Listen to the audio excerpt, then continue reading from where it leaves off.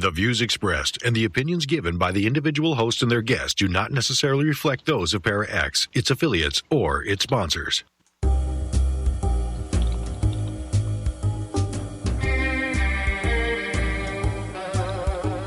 Step outside of your comfort zone.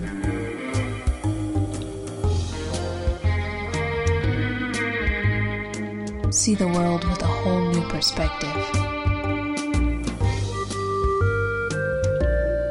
Join us and experience the unexplained on the Paranormal View. And welcome everybody right here to the Paranormal View on the ParaX Radio Network. I want to thank everyone for being with us tonight, those in the chat room and those listening from around the world. And if you have questions tonight, which I have a feeling there's going to be a lot of questions tonight, you can private chat them to either H. Foister or Ceiling Cat, and we will get those answered for you as soon as possible. And if you're listening from somewhere else other than here in the chat room and you have questions, you can send it to theparanormalview@gmail.com, and we will get those answered also. Tonight, we've got a great guest lined up, and we have with us Barbara Duncan. Hello, everybody. And we have Jeffrey Gould. Hello, hello. And I am going to really try and promise that we're not going to have a mishap this week like we had last week. I have everything reconfigured where nothing will be in my way if I have to get up. And you can't even blame me. I was disconnected at that point during that. I came back. I'm like, what is hit the fan here? Tim table tipping. So, I guess, Barbara, because we do have a great guest, do you have her bio?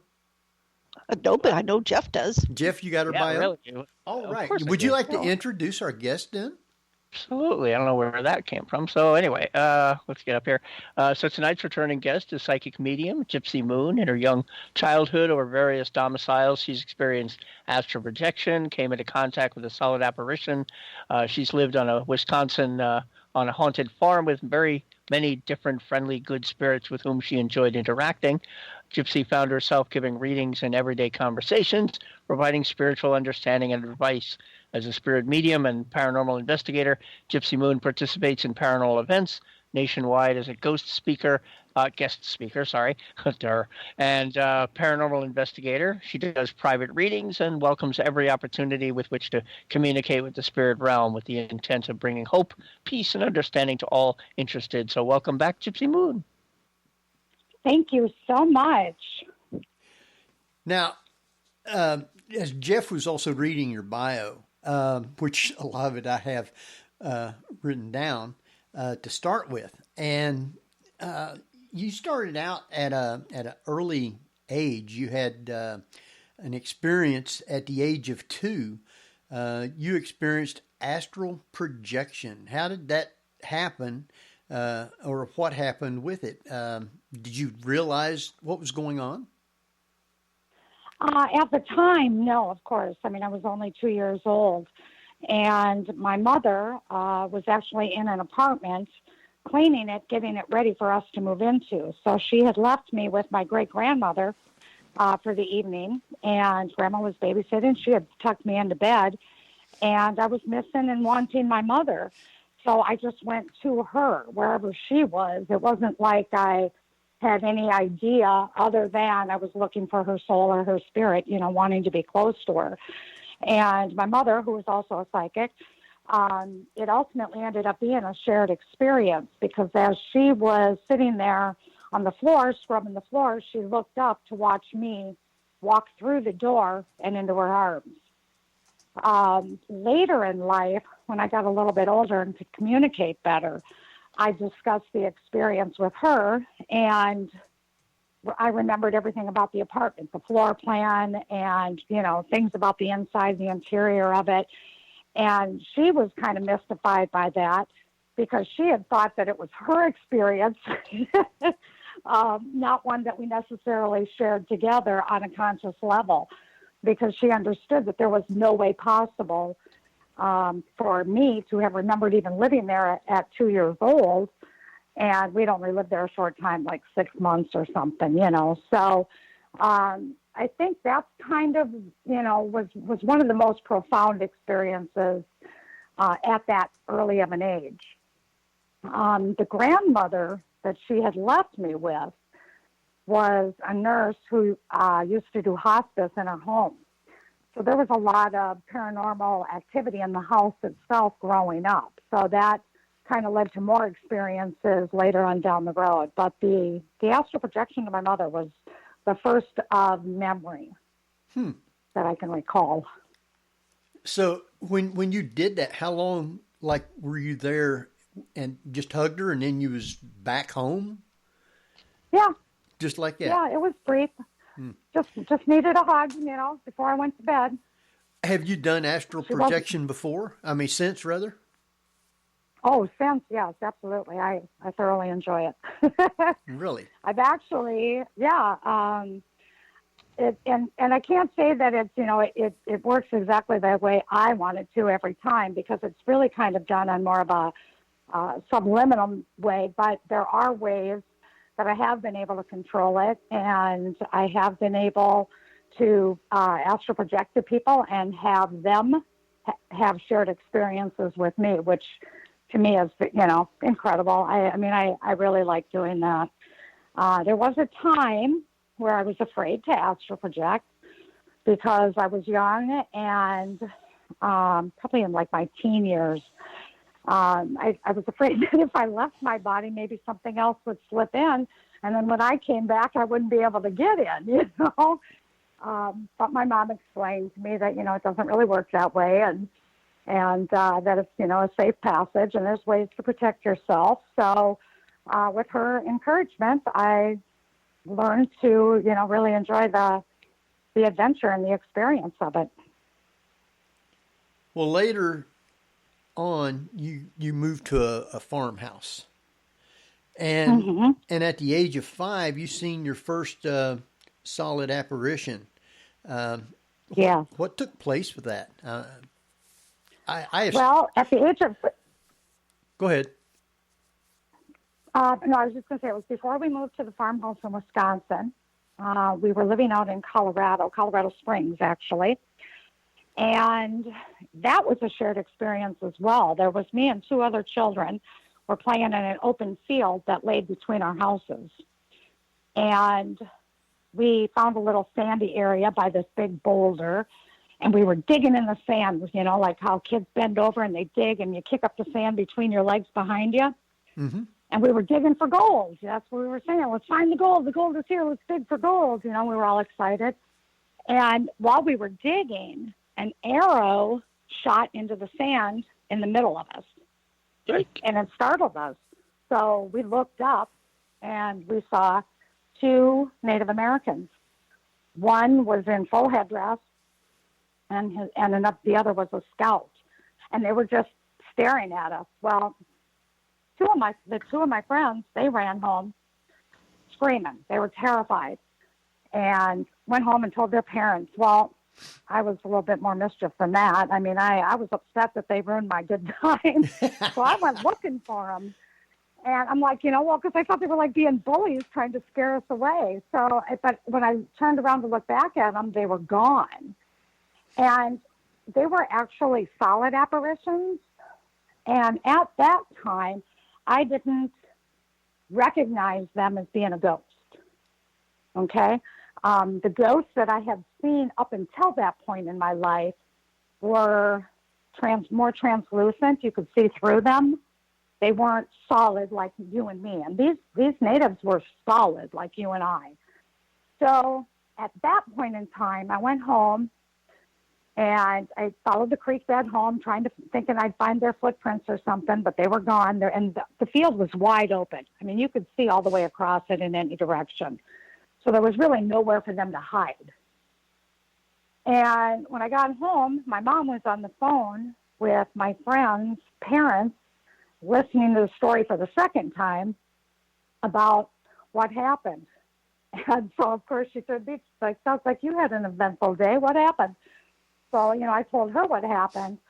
And, at that point in time, and it might sound unusual, but I kind of had an unusual upbringing. my mom and I sat there and discussed time travel because we're like, maybe that's what it was. Maybe it was like some kind of hiccup or interdimensional crossing, or, something happened there. And we didn't really turn to the ghostly paranormal again because they were solid.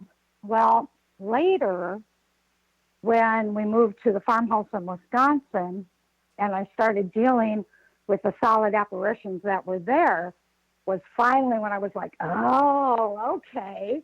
So the Indians in Colorado were ghosts. It was like solving the mystery with more mystery. Now, And everybody saw the arrow? Everybody saw what? The arrow? Yeah, the arrow. Yeah, and yeah, I know. And the common question is, did you grab the arrow? And sadly, no. Mm-hmm. I mean, at 5 years old, I just didn't think to grab it. It was a sharp object that scared my friends away. I was more interested in the bullies that were shooting it. But no, I sure wish I would have grabbed that arrow if it was even truly there. I don't know. Yeah. But it was when we were there. Okay. So it was a very interesting experience, which actually led to more interesting paranormal experiences in Colorado, dealing with Native Americans. So, it's I kind of view it as protection, truthfully. I mean, when they've come through for me, it's always been in a protective form. Okay. Well, now, is your mom... You had more Native American experiences there? In Colorado, yeah. Yeah. Okay. Yeah. We captured probably the longest EVP. I think it's even on my Facebook if you want to check it out. The longest EVP I've ever recorded. We were in a cemetery that I had some problems in previously with a spirit there that decided to go ahead and jump me. And when I went back the next day, we were recording, and in the wind, as the wind gets louder, you can hear the chanting get louder. And then as the wind dies down, the chanting dies down. So it's really it's really quite beautiful. But you can hear the chanting of the Native Americans. And I felt totally protected within that. I think that it came on the wind. And we actually went as far as to investigate that, too. A good friend of mine who lives out there and does a lot of investigating with me, Dennis Batchelor, he went all over that town just to make sure that there were no ceremonies going on or in the surrounding towns, because, sound carries. So he wanted to just, make sure that something wasn't going on that we were misinterpreting, because in the recording, you can there's no mistake what it is. You can hear it. That's amazing. It is. So is your mom also spiritual? Oh, extremely. Yeah. How about her mom? Yeah, she actually, my grandmother was very much into the Ouija board. And as a result of that, my mom had a lot of strange and bizarre experiences herself growing up. And as a result of that, we weren't allowed. She completely forbid the Ouija board in our house. And she just kind of, made us use our God-given talents and work with, the tools that you have, because you're not using any other tools here. So, yeah, they were kind of outlawed. And, I grew up respecting that. I'm like, that's fine if you're not comfortable. I didn't seem to need a Ouija board to talk to the spirits that were there. So, to me, it was not really a big deal. Not a loss, anyway. So were tarot cards forbidden as well? No, that's actually what my mother does for a living. Oh. She does very well with that. So, yeah, no, that's her specialty. Absolutely. And she's also the author of A Medicine Woman Speaks by Cinnamon Moon. She's a medicine woman. So you can kind of understand with that kind of background. She's pretty open-minded. Wow. Well, now, Yeah. when you moved to the farmhouse, that was in Wisconsin, was it? Yes. Okay. You was about 5 when you moved there? No, I was about 8 when we moved there. When you moved there. Okay. Yeah. 5 was Colorado. Then you found out that there was spirits there at that house also. Yeah. How did you find out that there was spirits there? I mean, were they friendly? I walked in. I walked into the house and they were there. They were sort of quite the welcome literally. wagon, I guess. Actually, one of them was, yeah. There were several people that died in the house. One gentleman died upstairs of a heart attack. Another man was found underneath the dining room table. He had a very violent death. He was a diabetic. There was a young woman, Eva, that was shot in the kitchen by a jealous boyfriend. There was a little girl who choked to death when she got excited because her dad came home unexpectedly from a business trip, and she was sitting at the dinner table eating, and she got, oh, daddy, but she started choking on her food, and she ultimately ended up dying. They couldn't save her. Huh. So, there was four deaths that we knew about, and all 4 of those deaths had active spirits with that, I actually had an opportunity to interview and meet with the arresting officer when the woman got murdered there. And he told me, his version of the story and what happened. And it kind of really answered some questions for us, because there was a lot of things going on in that house. I mean, all of the typical stuff you see in the movies. It was, you walk down in the kitchen, all the cupboards are open, the noises, the lights, the sounds. I mean, it was just, and it wasn't like an everyday thing, but it pretty much was an every week thing. There was always something going on at a pretty steady pace. And I think part of that had to do with the fact that I did interact with them and I enjoyed it. I mean, quite frankly, it was a lot of fun, because they weren't harmful and they weren't scary, but they did like their acknowledgement, to be sure. One thing that happened that was pretty interesting was how one night my mom and I were sitting on my bed upstairs in the upstairs of the house, and we heard this loud crashing sound. And it sounded like somebody just dumped out the cupboards, or all the shelves fell, and we ran running down the stairs, expecting to have a big mess to clean up, And we got down there, and there was nothing out of place. I mean, we couldn't figure out where that sound came from. And that happened on more than one occasion. And that's how eventually we solved that mystery, by finding out about Eva, who was killed there. And she was actually doing dishes, standing at the kitchen counter, when he came in and shot her through the back. And when her body hit the floor, the dishes broke. So she was found with broken dishes around her. So once you kind of get the historical facts on what was going on, all of a sudden things started making more sense.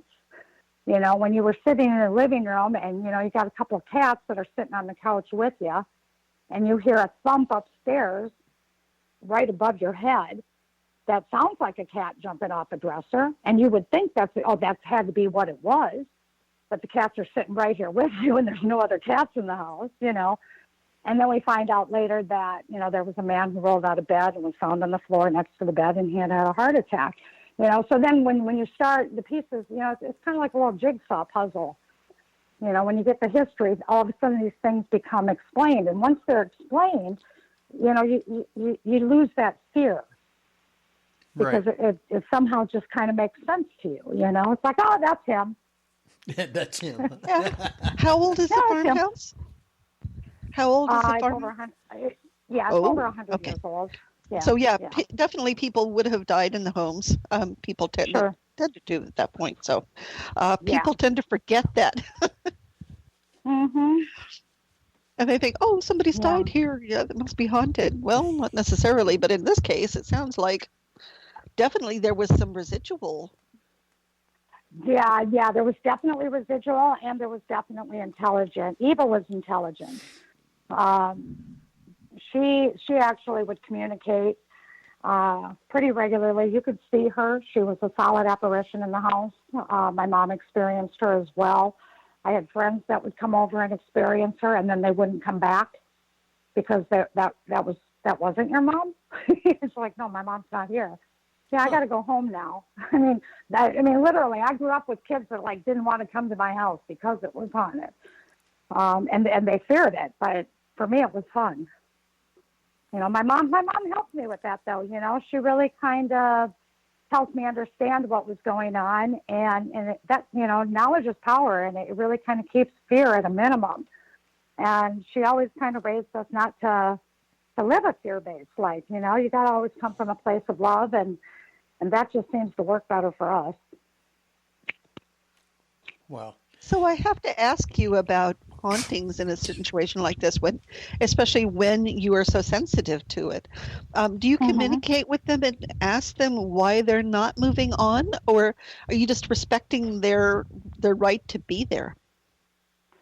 Both, depending upon the circumstances. Obviously, like when I'm investigating, you know, I'll certainly ask questions.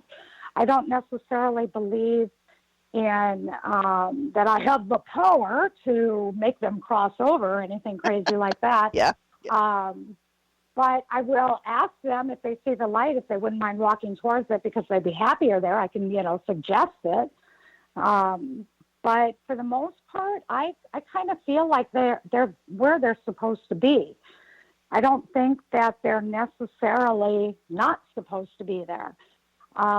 Because of the dying process, I mean, once the body is dead, the spirit has to transition, okay? And that transition process is different for all of us. Some, and a lot of it's going to depend on, you know, what level your soul is at. And, you know, like an older soul is probably going to transition very quickly and smoothly, whereas a younger soul might drag their heels a little bit. They might not be quite so ready to go. They might not know they're dead. They might know they're dead and just aren't quite ready to let go of whatever it is that's here that makes them want to stay, you know?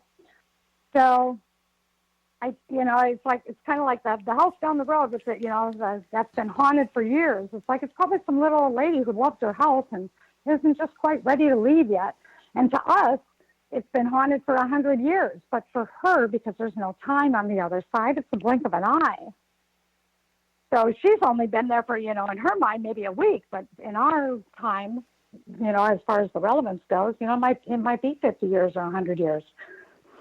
So because of the discrepancy there, I just don't really feel like it's for us to pick anybody out necessarily. I mean, you know, they have their own process and transitions to go through and their own reasons for doing it that way.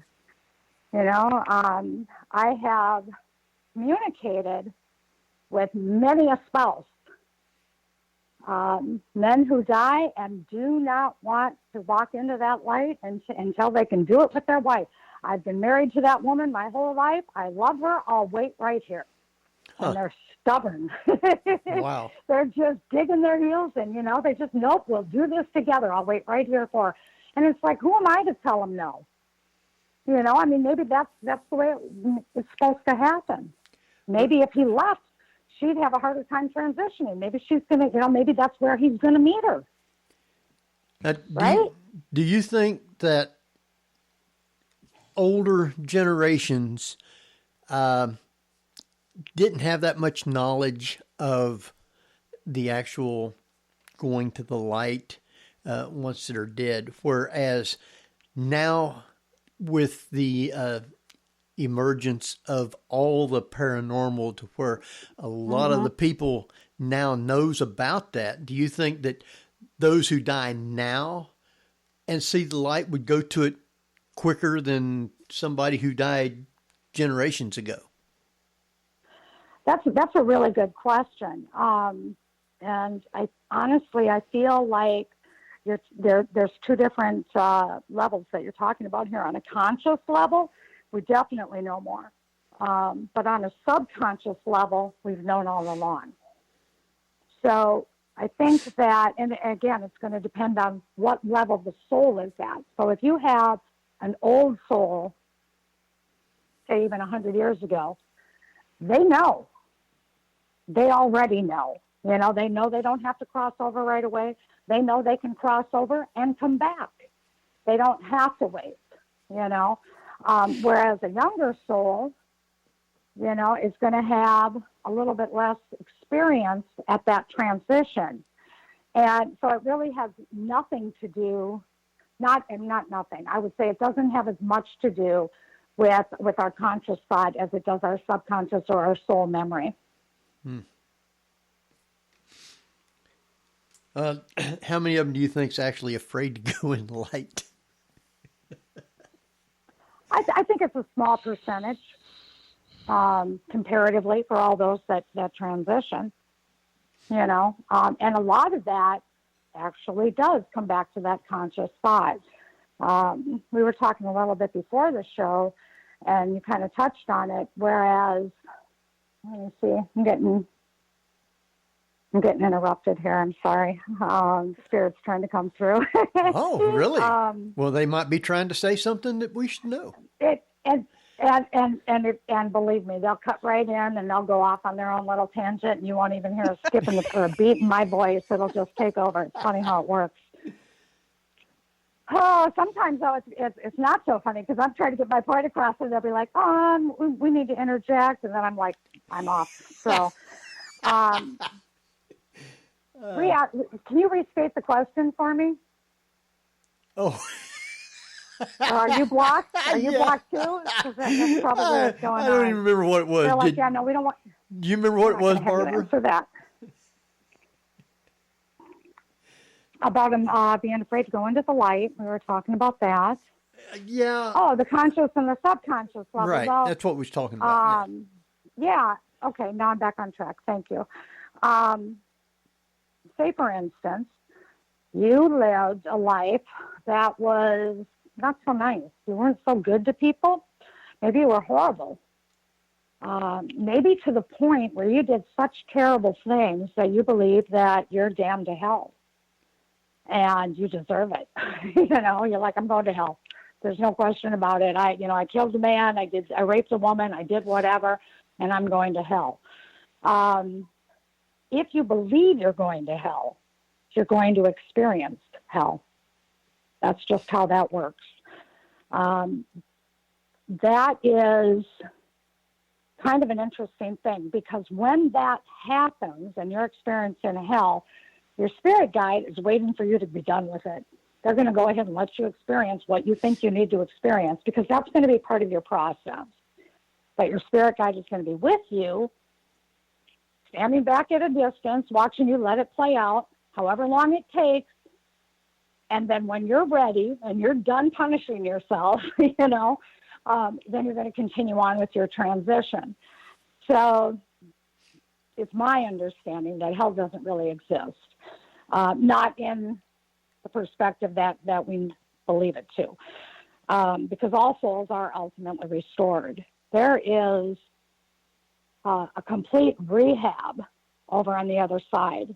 And it's again, the whole transition process is going to be very unique to each individual soul and how they live their lives and what lessons they came to learn. And some of the process is repetitive and the same, but depending upon the level of the soul, it's going to vary.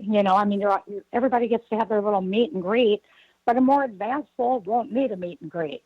It's like, hi, Fred, see you later. Going over here now, because that's, the next step. I mean, they can bypass it because they're not necessarily, they've done it so many times, they know what the next step is, so they'll just move ahead to that. Whereas a newer soul might take some coaxing, it might be, come on into the light, come this way. Can you feel your cluster? Can you feel your group? They're calling to you, and it might be a longer process to get them to the meet and greet where they're going to see their friends and relatives and loved ones, And then you have the fact that not all of your loved ones are necessarily in the same group. So you're going to meet your group loved ones first, and then the loved ones that are part of different groups are going to be secondary and, and third. And then once you get through that meet and greet, you're going to go into what my favorite part is the life review. And it's during the life review that the real judgment comes. But it doesn't come from God, and it doesn't come from your spirit guides or even your guardian angels. It comes from you. Because when you go through this, you're going to experience your life from everybody else's perspective. So if you brought someone love, or you made someone feel loved, you're going to feel the love that they felt. If you hurt someone, you're going to feel the pain that you caused. And this isn't a punishment or a reward. It's to gain insight and compassion, not only for them, but for yourself. So you're going to judge yourself on how well you think you did to achieve your soul's goals in coming here in the first place. And you will. You'll go through it and you'll be like, oh, God, I blew that, didn't I? And then there might be somebody else at something else, and you're like, oh, wow, well, hey, I did that good, And so, I mean, you'll get you'll acknowledge where your strengths and your weaknesses were. And it's, it really is. I mean, to oversimplify, it all comes down to love. It's all about the love and the compassion, and you learn that through experience. So those things that people will ask me, well, why does this have to happen? Why do people come to Earth to kill and do horrible things, And it's like, well, sometimes, we're not very good at this.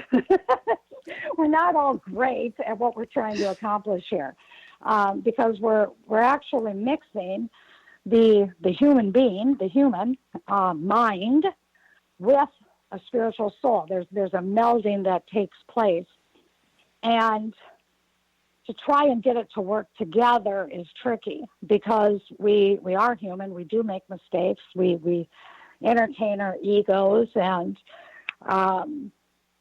it's just part of the process. Now, as souls, we're trying to weed this out of humanity: the violence, the anger, the ego, and we're making strides.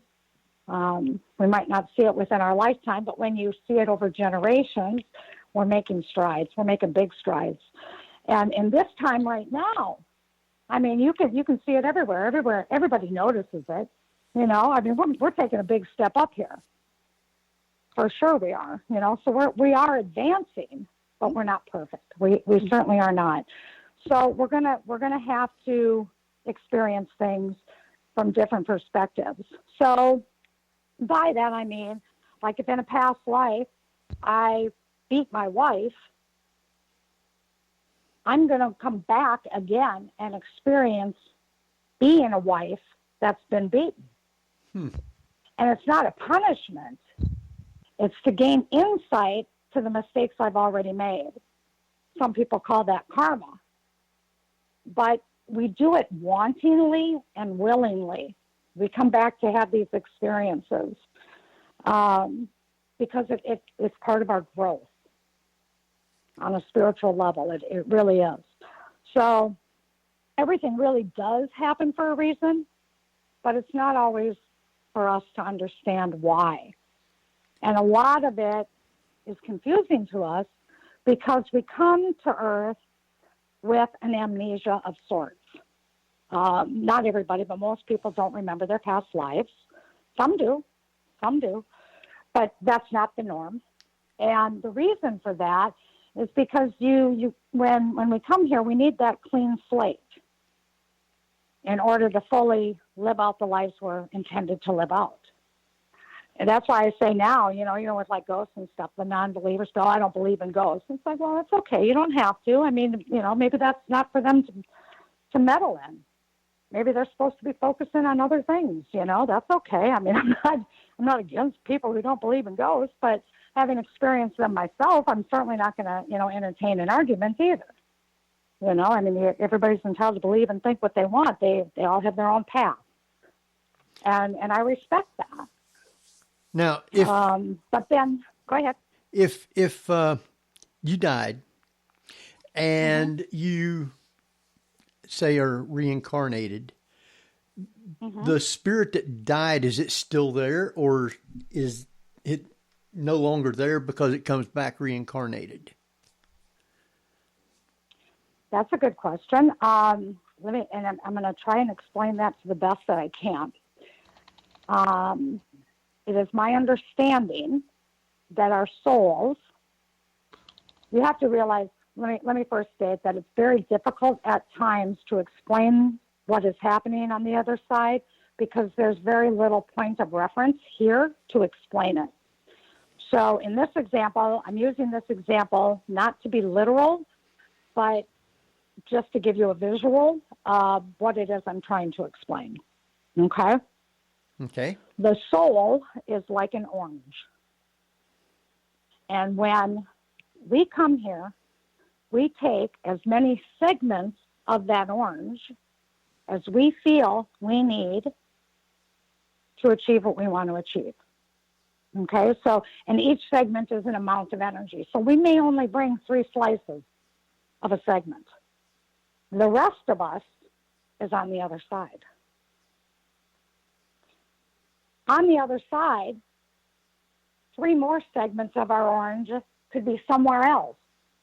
So it is possible to live multiple lives. It is possible to be in more than one place at one time. That's why when you try to communicate with the other side, say you want to talk to your grandma, or you're thinking about your mother, it's like ringing a bell. It doesn't matter whether she's reincarnated in a solar system across the world, way off, she can still come to you.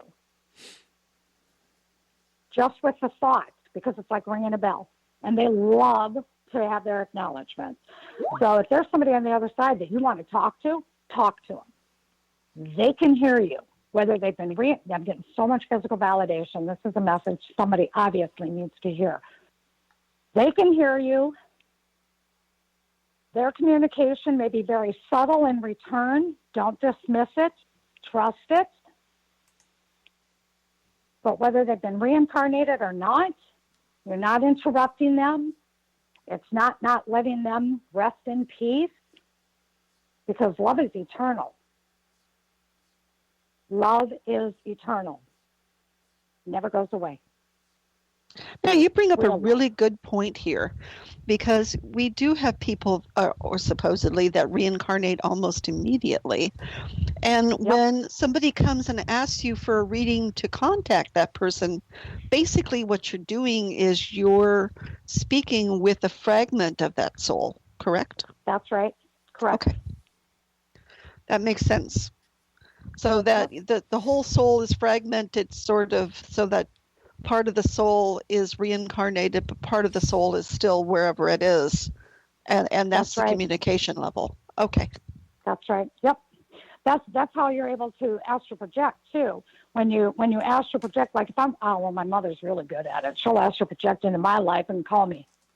What are you up to? I'll be like, what makes you think I'm up to something? And she'll call me out on it. Well, just thought I'd call. I was like, uh-huh. But she has permission to peek in on me anytime. I gave her that a long time ago. She's too helpful not to allow it. But yeah, you can. That's kind of the same thing. It's just soul to soul communication. If I'm upset and I want my mom, I can astral project to my mother, and she knows I need her.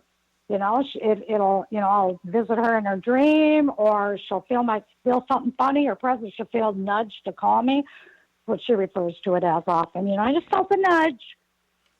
And I think that one of the things that makes it so easy to dismiss, and what I like to encourage people to do, is, when you're sitting there looking at a family album and you're, I miss my mom, I wish she was still here, and, oh, look, we were on family vacation, that sort of thing.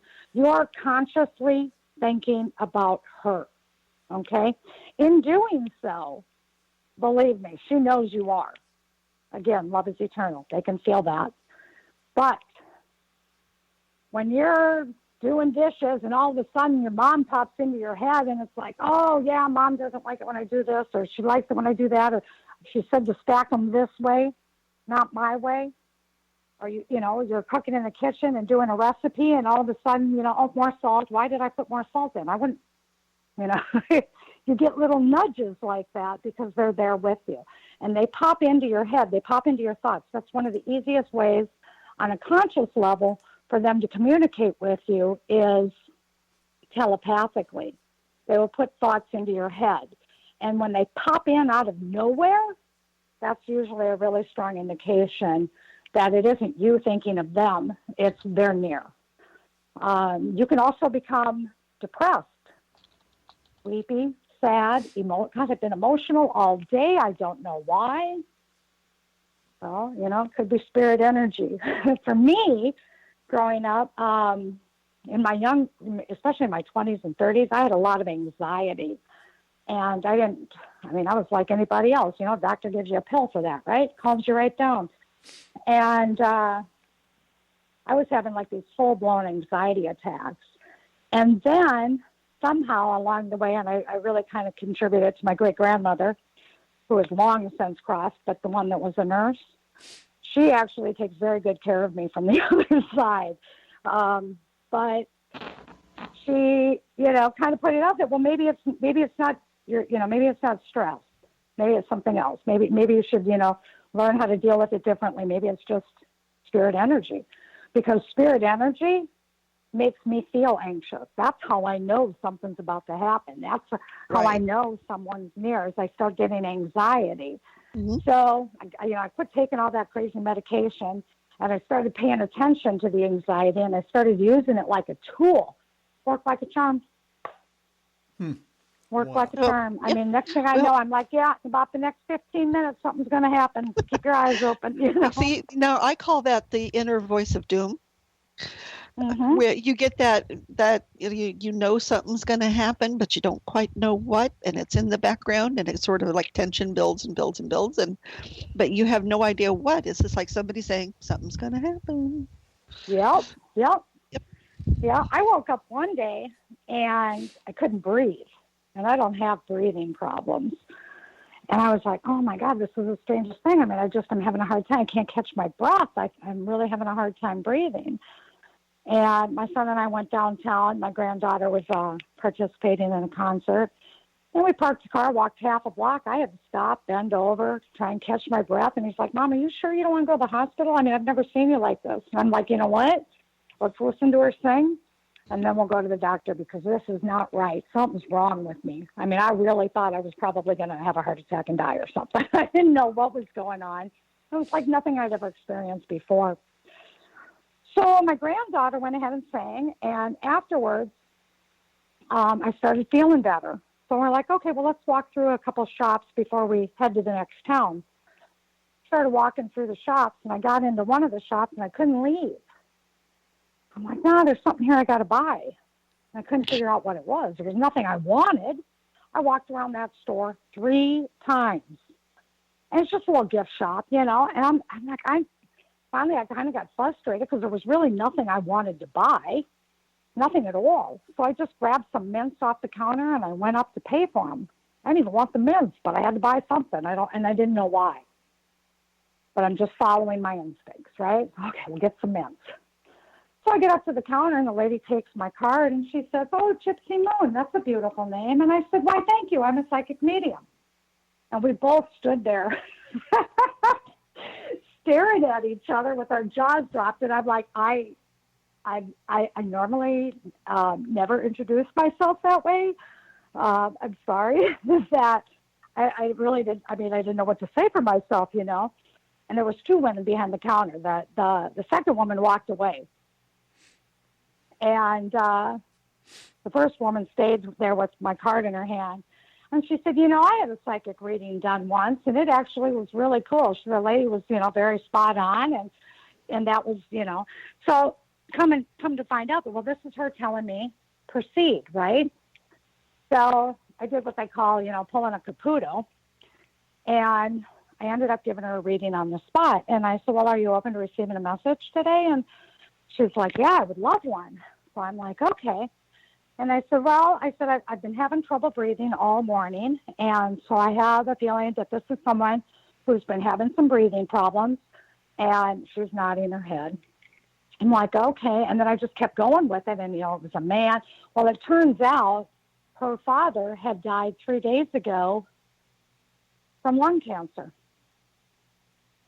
And wow. I ended up giving her a yeah, right? But see, you don't, like I said, it's always putting the puzzles together, You get a piece here, you get a piece there, and you got to just keep going and follow it until you get to where you got to be. Well, he actually, the more I did the reading, the more he came through. He stepped in and took over the reading. Because I don't even remember all of it. But I did have my daughter-in-law there with me. And she watched my face change. Nobody ever pulls out a video for this. I'd really like to see this stuff happen for myself. But she did. She said, I almost fell down. I almost tipped over. She had to jump to kind of like catch me. And next thing I know, I was holding this woman's hand, and I felt this transference of energy that was so intense. And apparently he had been very abusive to her growing up, and she was having a real hard time forgiving him. And he needed her forgiveness. He didn't want to leave without it. So that was the whole thing of it. It wasn't really me grabbing her hand; it was him, and he literally took some of her pain, not all of it. He couldn't get it all, but he got a lot of it, and that's what almost knocked me off my feet. Wow! By the time we were done, yeah, it was an incredible reading. By the time we were done. I was like, I had to go home. I think I stayed on the couch for a couple of days after that one. But she had changed her entire attitude from the beginning of the reading, where, she was angry. She was, shaking her head no, she wasn't going to forgive him, to the point where by the time we were done, she was crying and nodding her head yes, and sending him on his way, So, I mean, there was some really profound healing that took place there. And honestly, I didn't have anything to do with it. I don't look at it from that perspective, because I wasn't the one doing it. He was.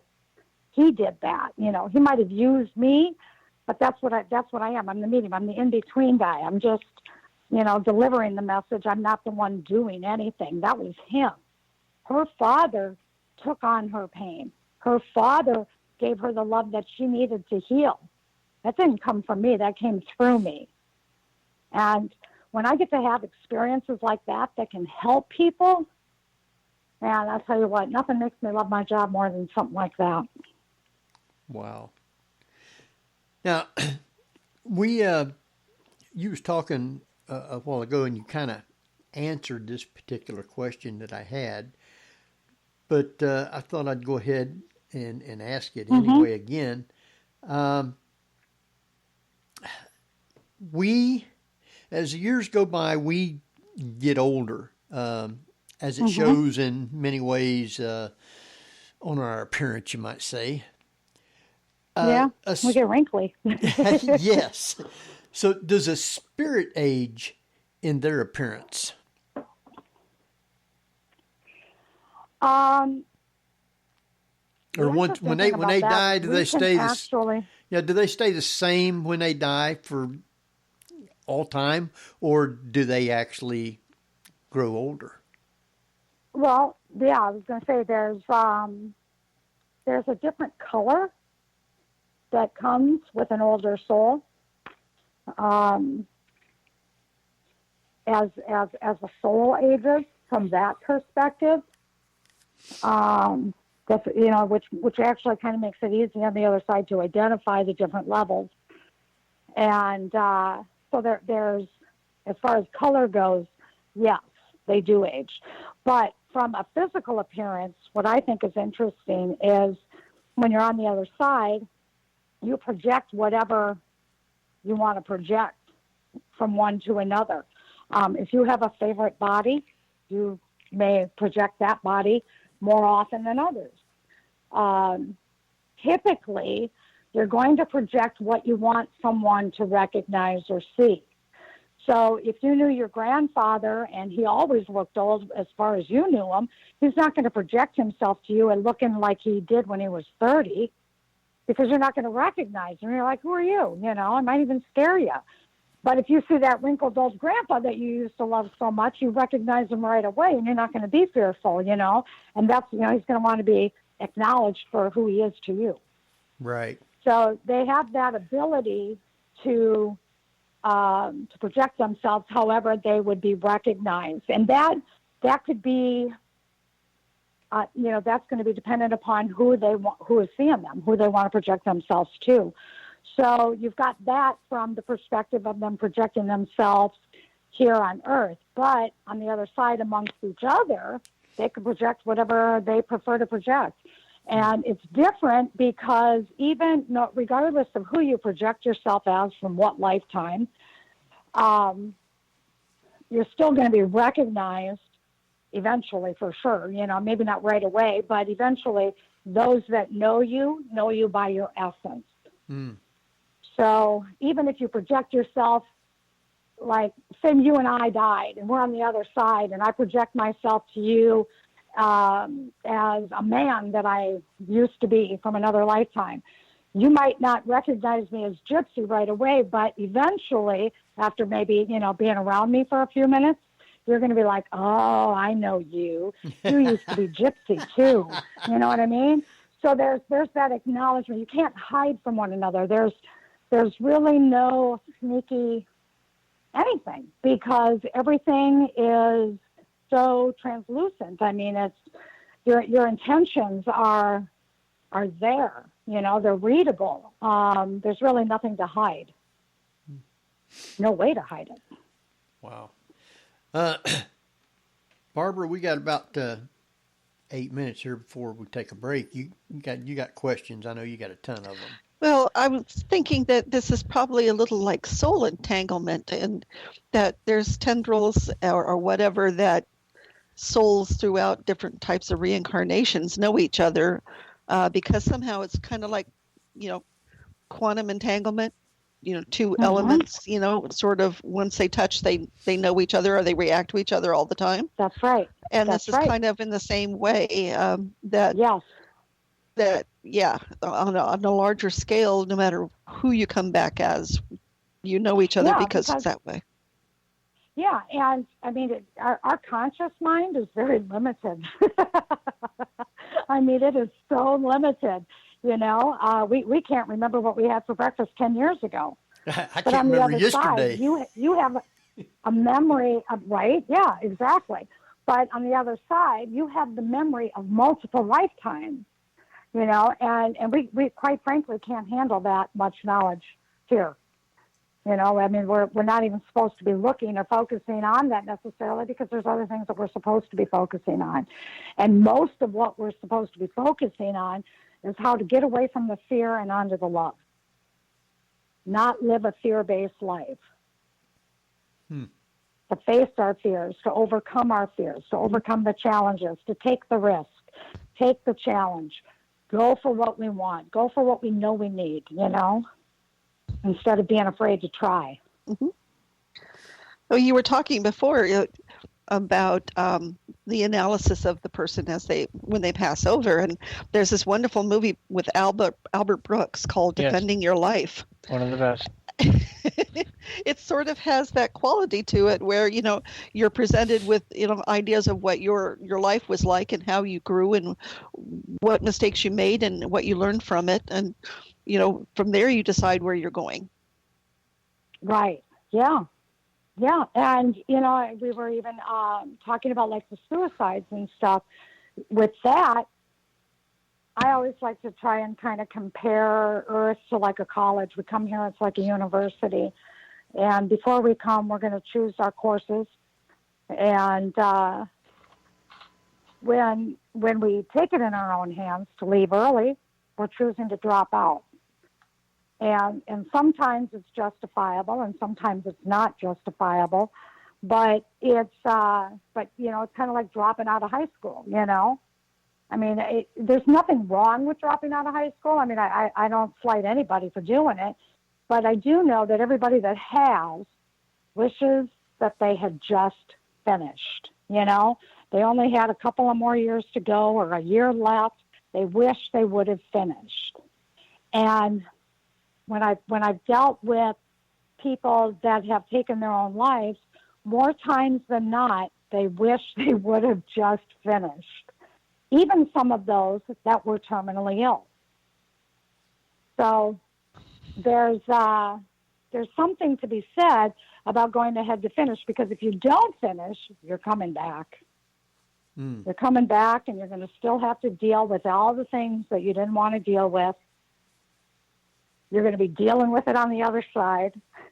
And then you're going to come back. It's like I just wasted this whole time. Like somebody who's 25 years old and kills themselves. It's like you just wasted 25 years because you got to come back and do it again anyway. You're going to have to redo. So can they redo it and not kill themselves the second time?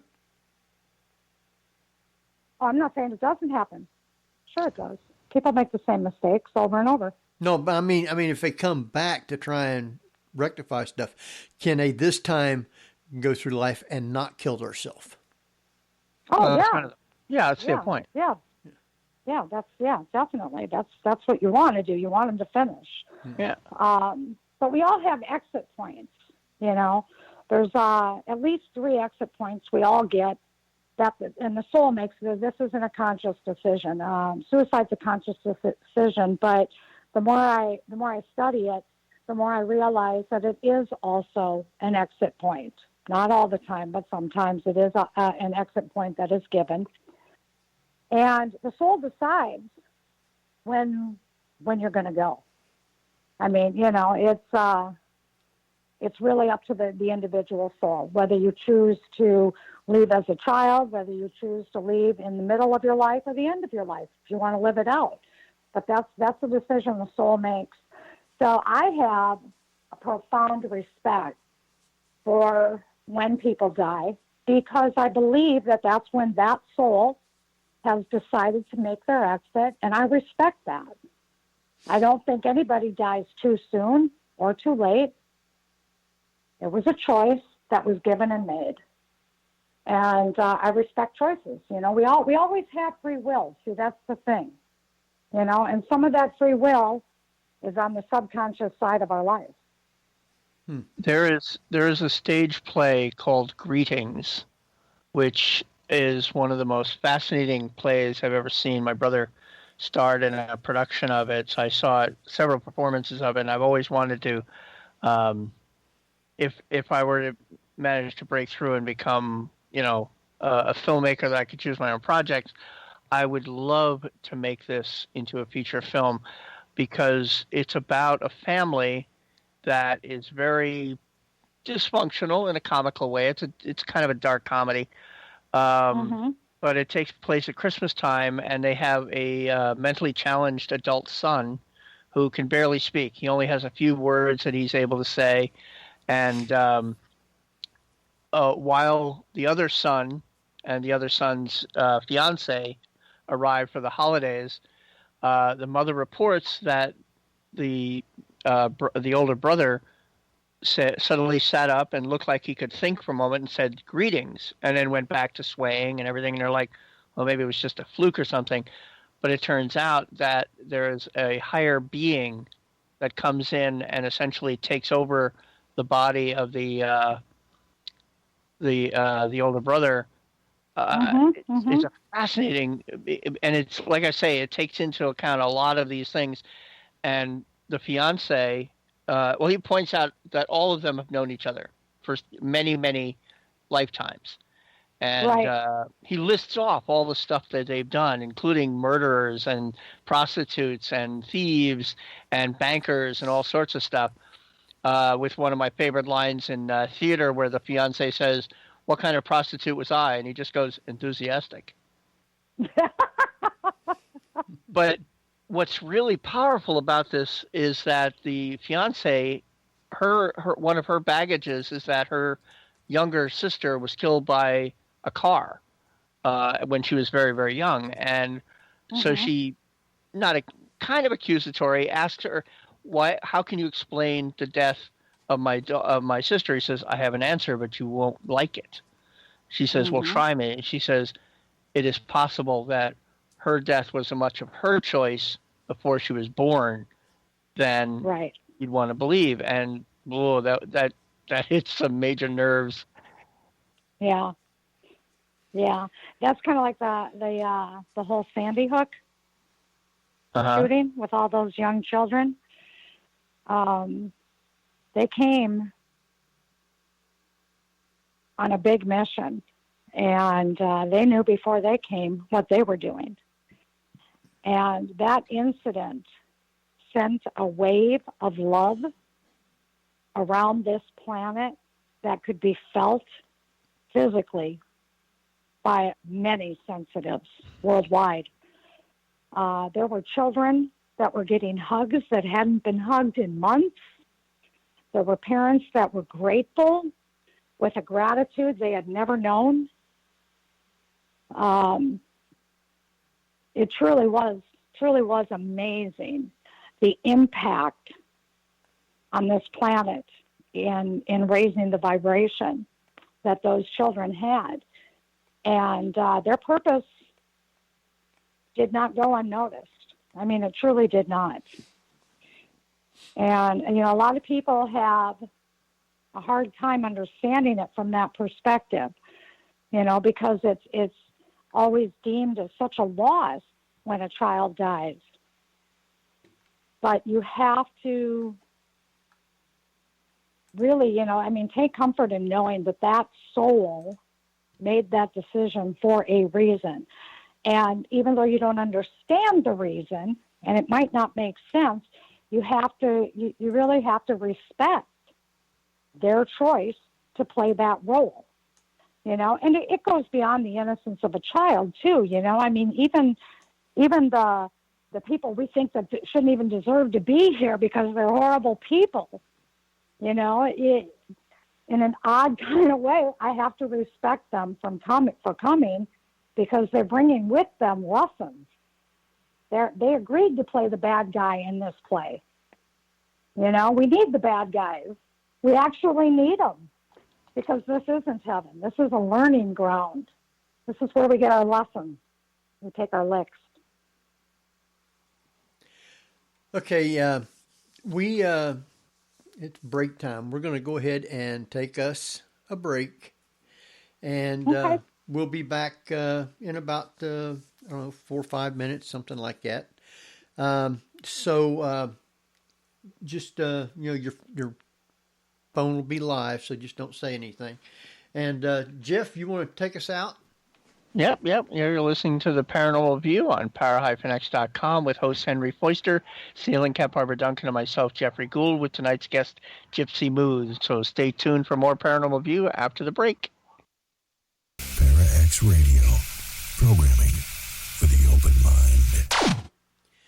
And welcome back, everybody, right here to the Paranormal View on the Paranormal Radio Network. I want to thank everyone for listening tonight, those in the chat room and those from around the world. We appreciate each and every one. Tonight we have with us Jeffrey Gould. Hello. And Barbara Duncan. Howdy, folks. And our great guest, Gypsy Moon. Hey, everyone. All right.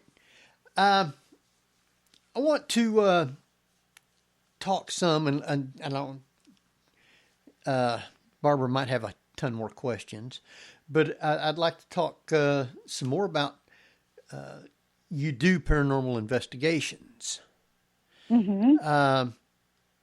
What kind of places do you usually go to do investigations? Is it somebody calling you to come in, or do you go to other places of your own choosing?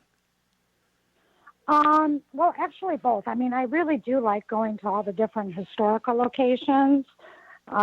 just because I'm kind of a history buff. So I've been to a lot of the go-to places, I guess, like Waverly Hills, maybe like the lighthouse over in St. Augustine. In fact, that St. Augustine's Old Town is fabulous.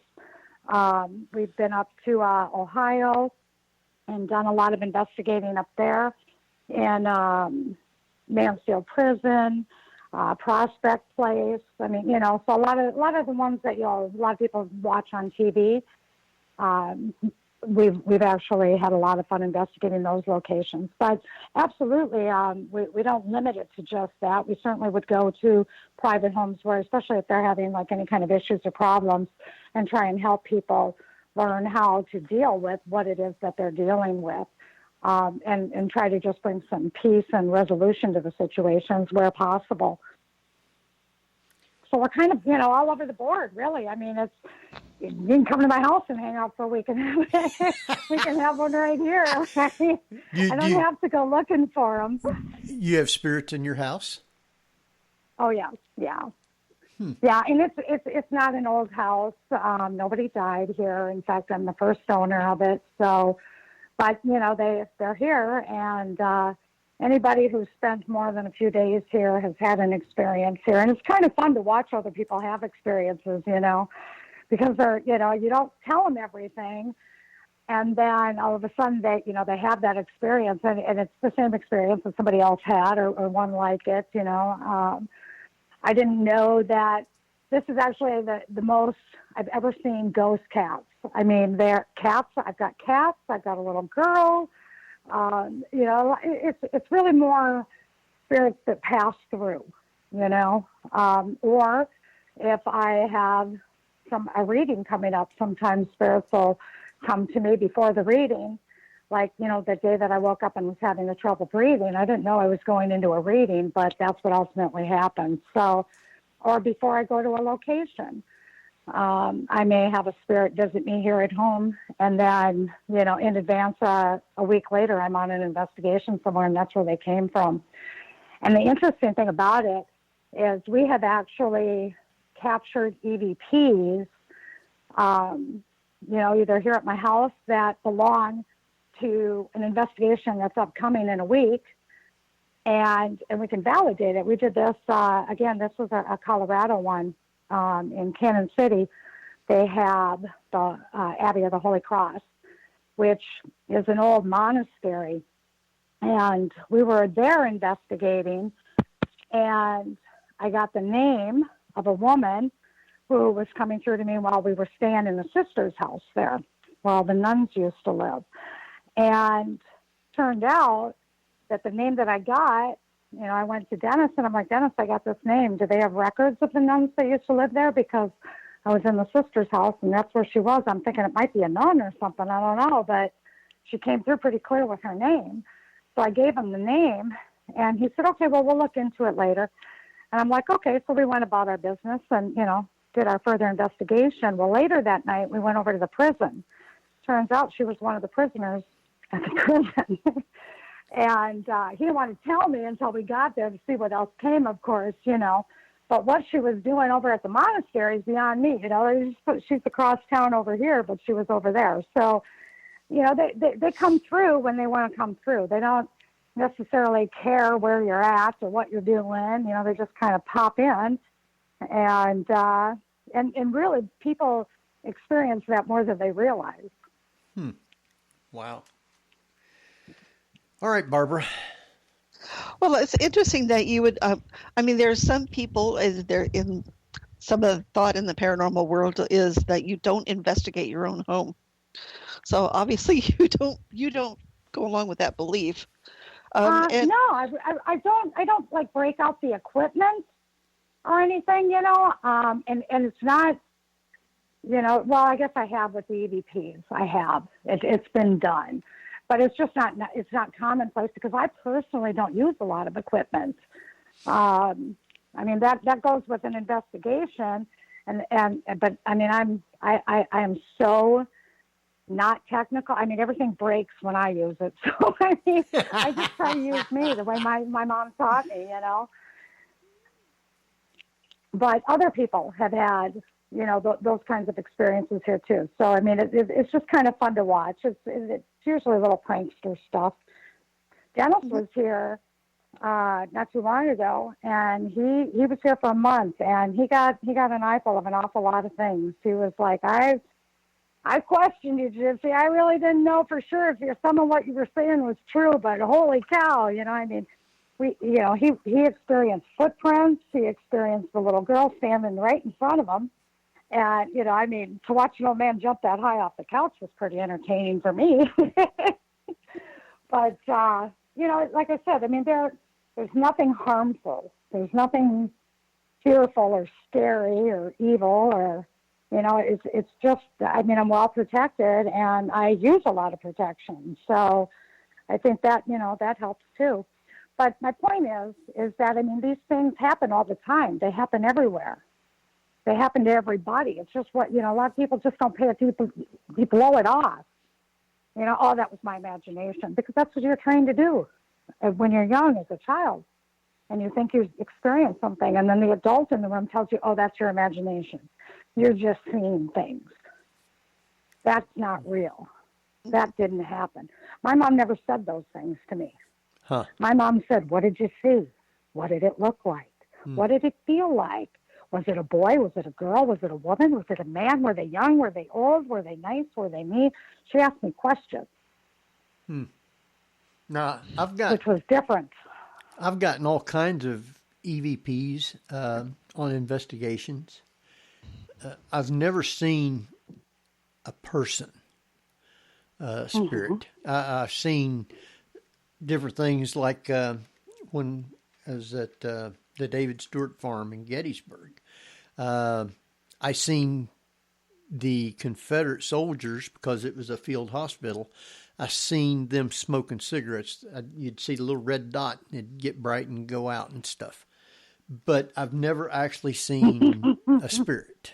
So, not necessarily wanting to, because I'm one of those people that I won't go nowhere by myself.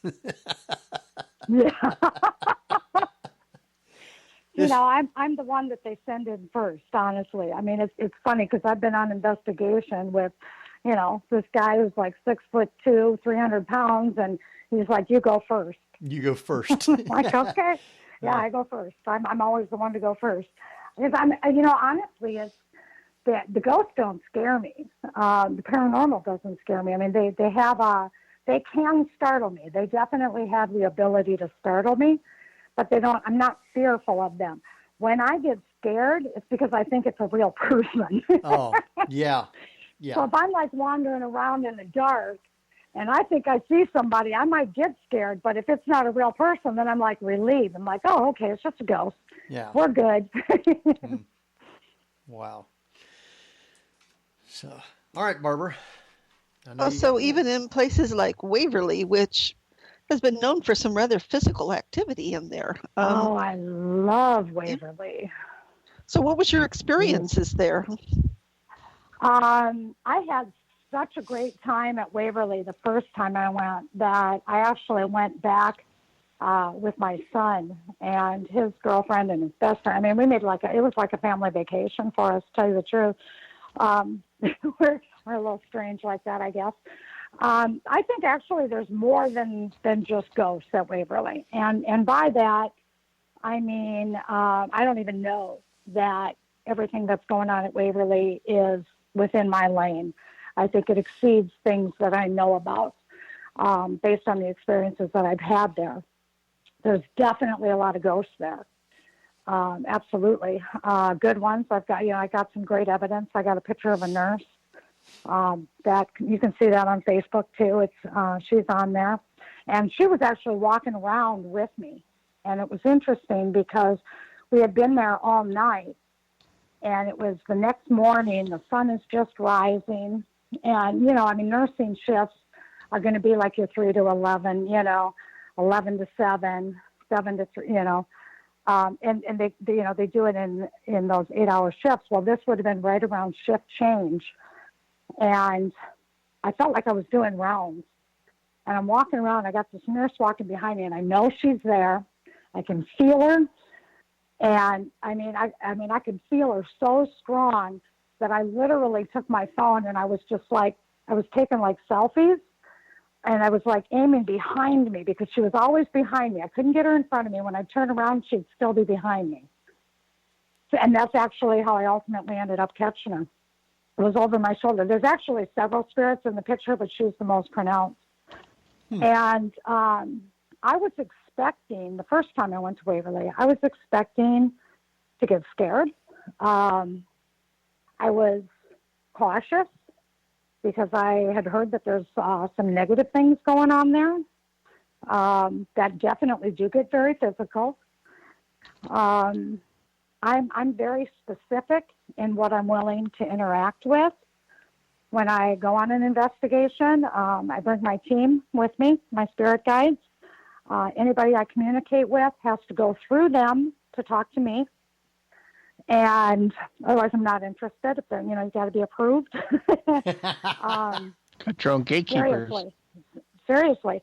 And I don't want to communicate with anything negative energy. I just don't. I don't need that kind of negativity. I don't in life either. I don't want to be around negative people. I like to keep it positive,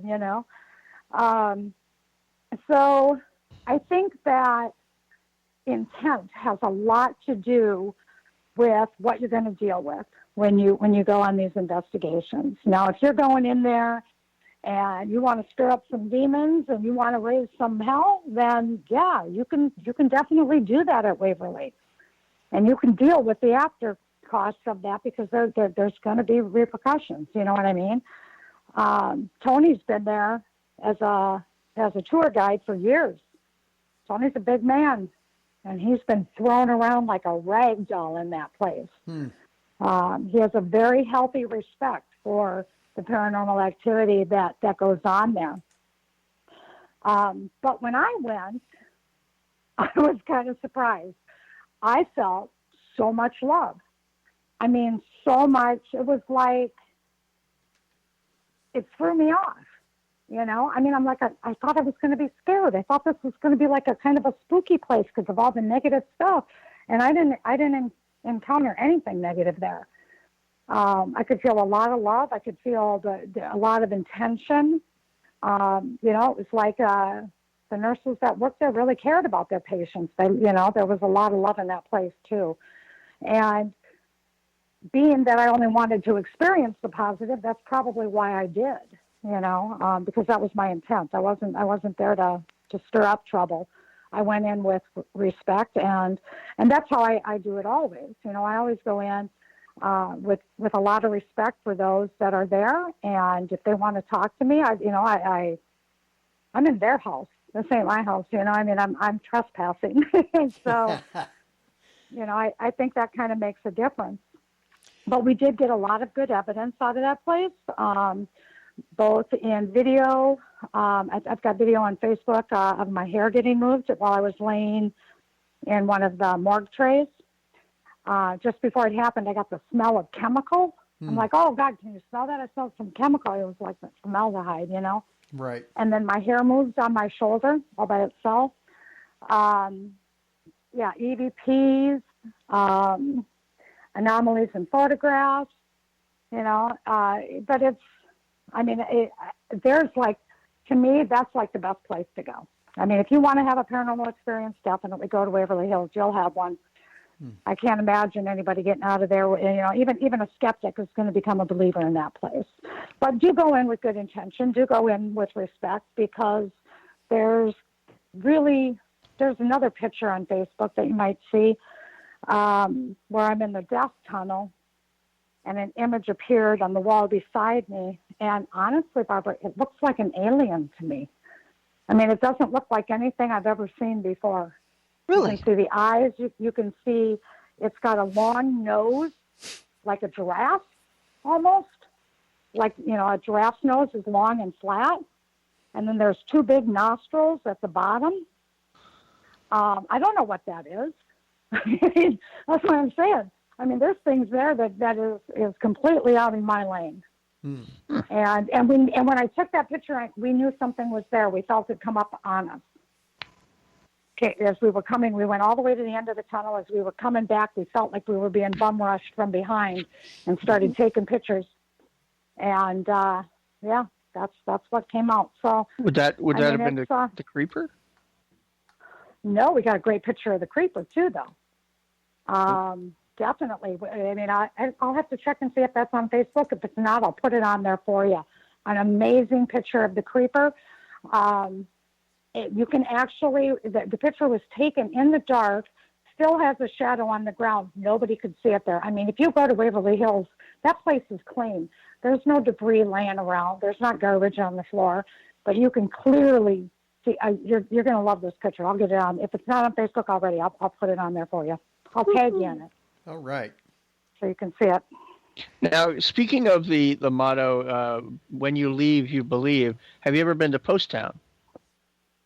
No, I have not been to Post Town yet. Ooh, that's their motto. It's when you leave, you believe, because apparently it's super active in that elementary school. Yeah, I definitely want to go there.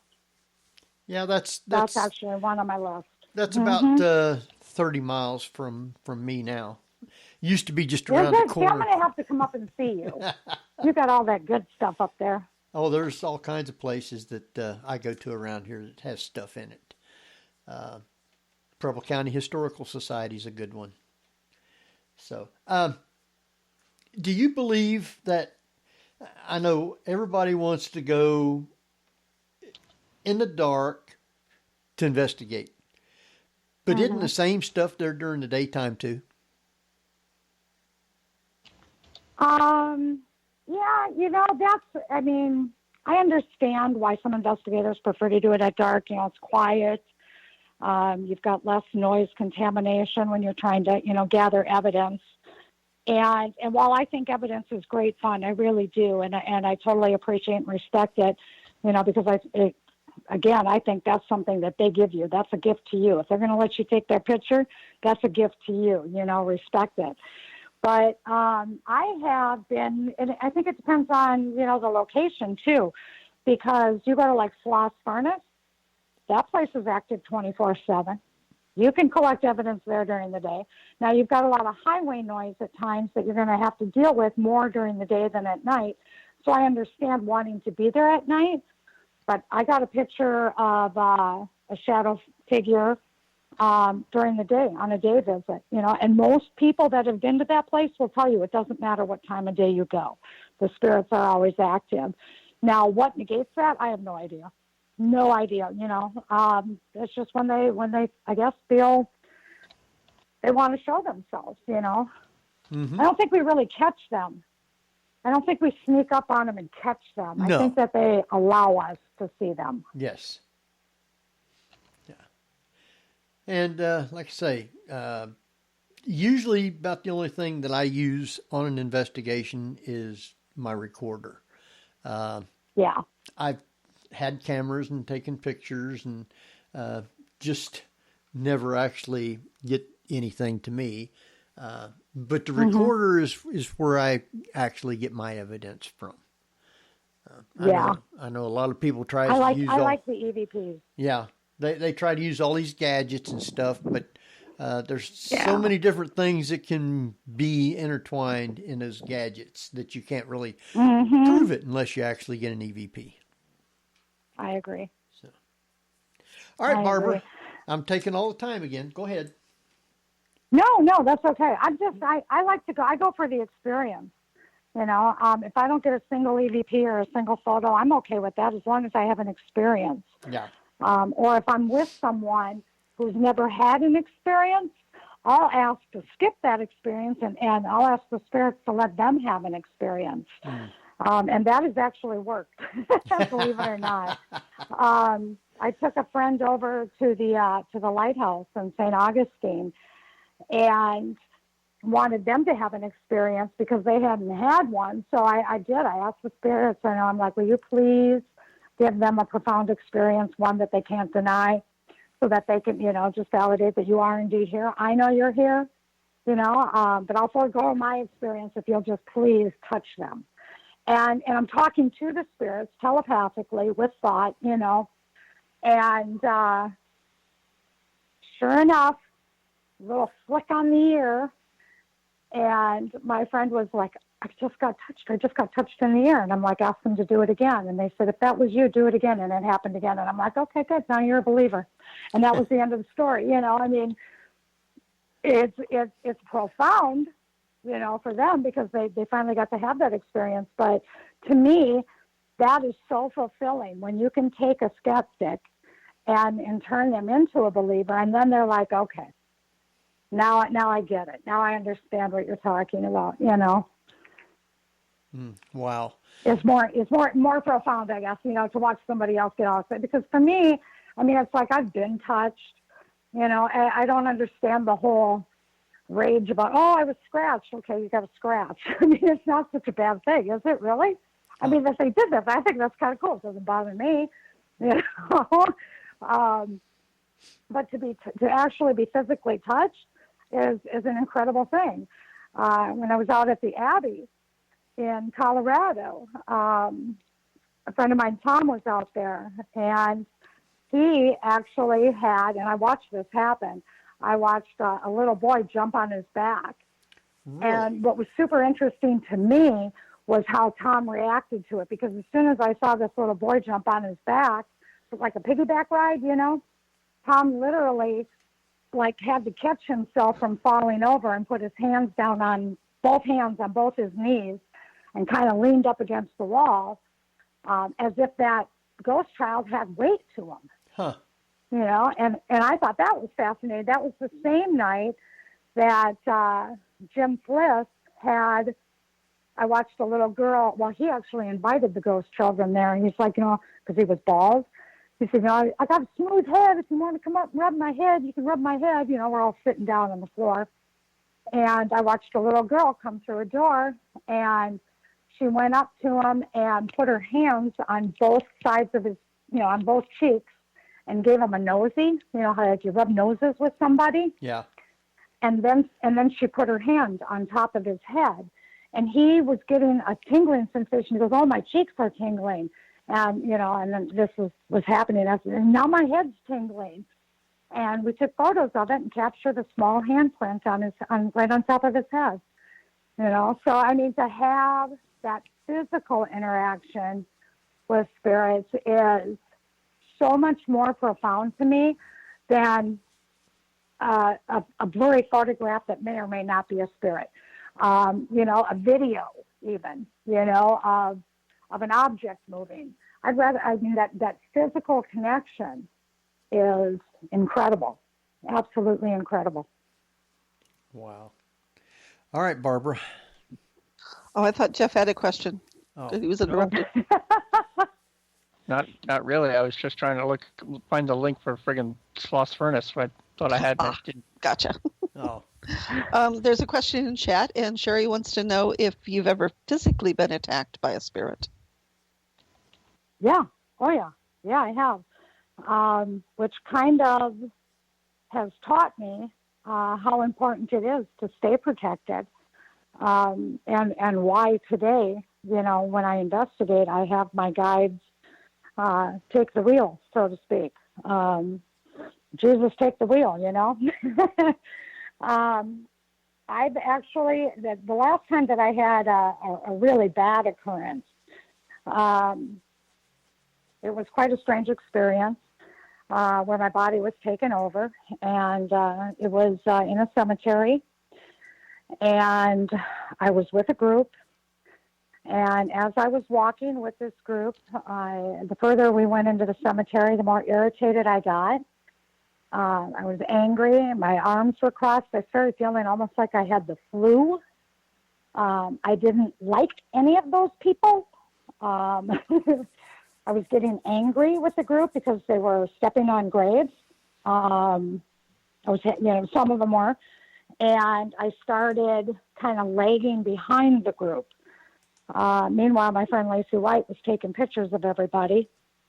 And she noticed that I was like dropped back, that I wasn't in the picture she was taking anymore. And of course, we're best friends, so she's trying to include me in the photos.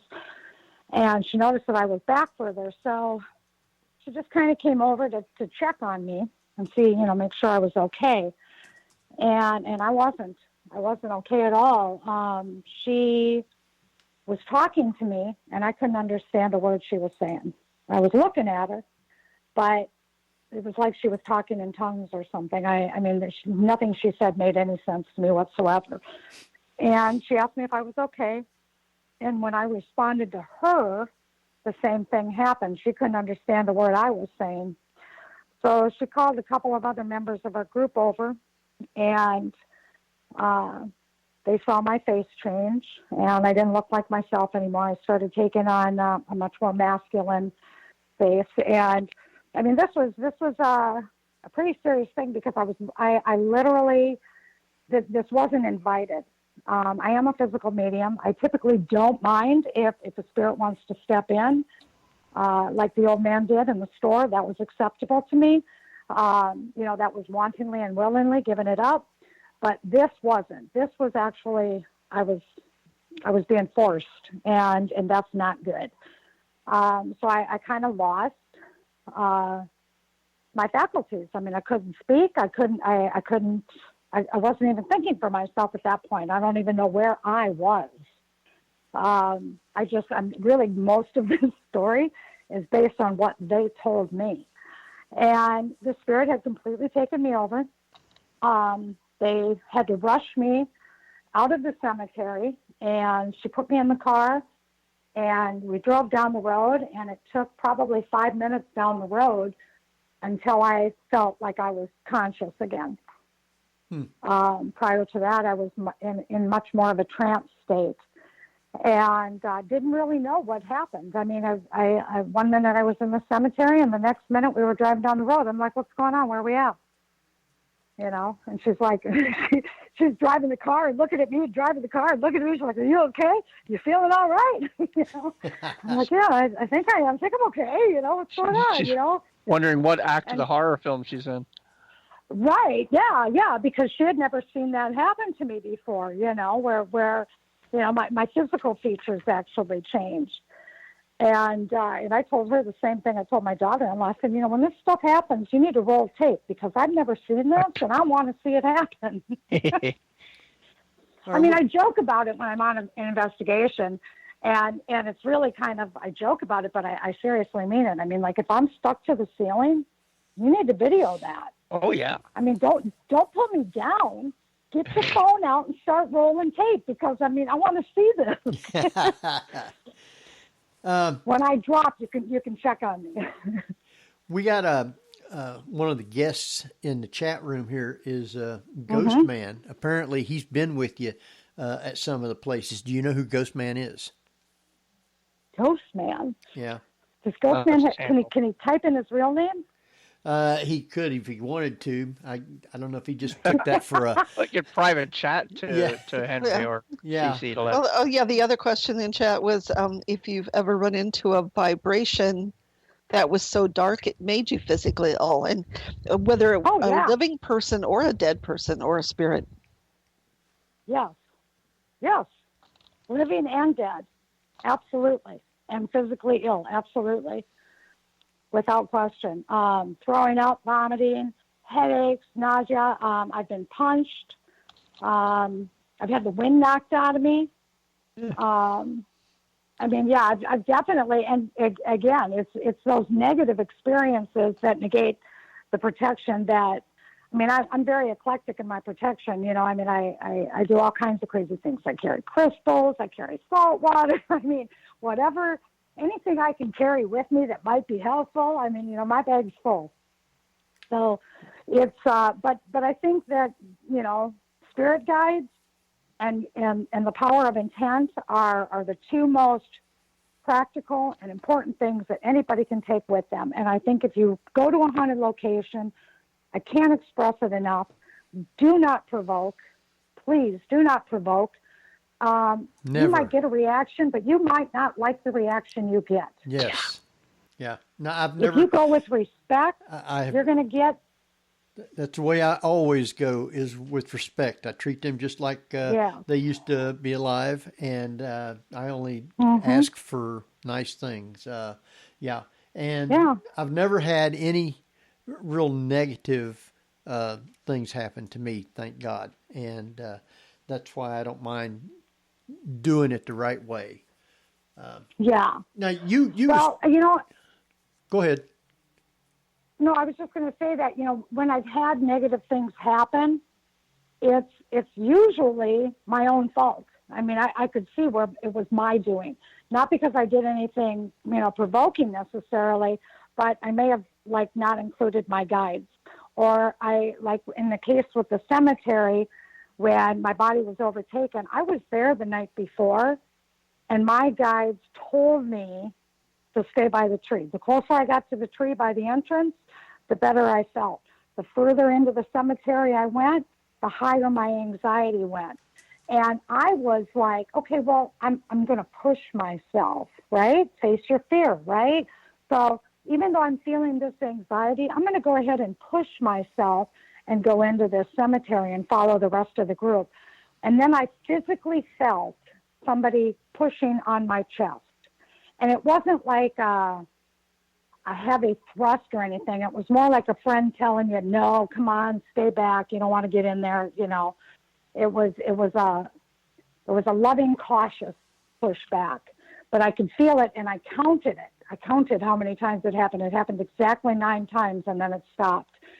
And it was interesting to me that, and I knew it was my guides. I knew my guides were, that's where you got to learn to respect your guides too. You got to respect the answers they give you, even if you don't like them. And my guide was telling me, no, there's trouble in here. You don't want to be here. You know, stay back. Don't go in. And I didn't want to like be, you know, a scaredy cat. I mean, I'm not afraid.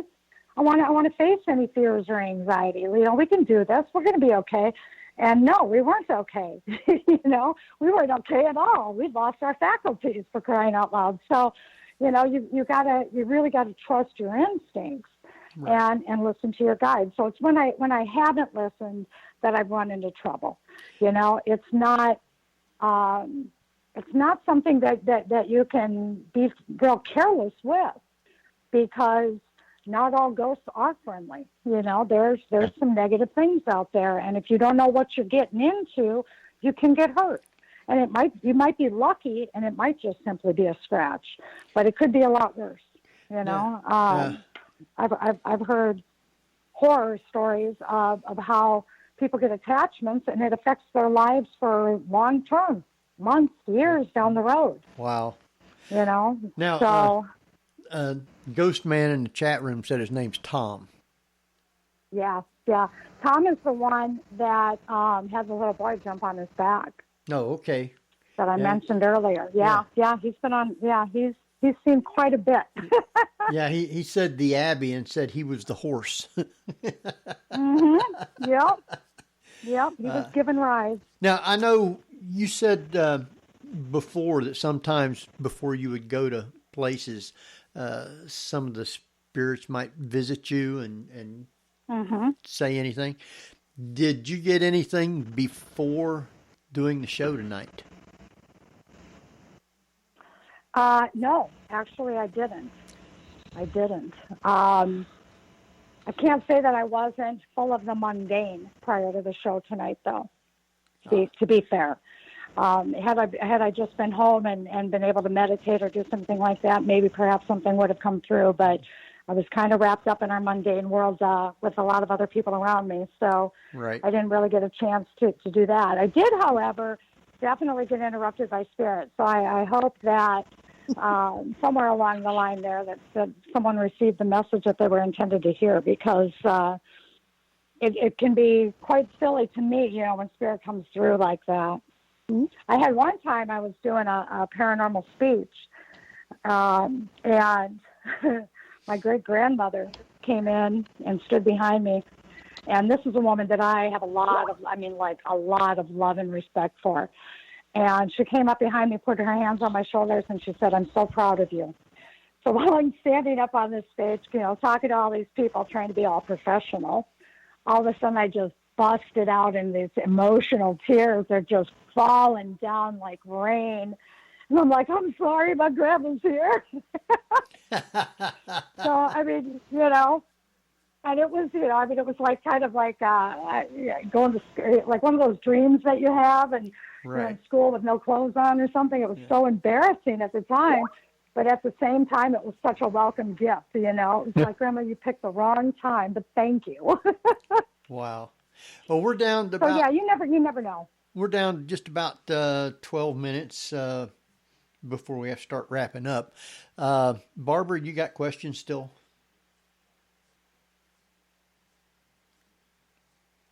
Is she still with me? I don't know. Yeah, I'm here. Oh. Yeah, you mentioned that sometimes that you meditate ahead of time, and I'm wondering, when you go on investigations, do you want information about the place prior to your being there, or do you prefer going in without any preconceived notions or history of the place?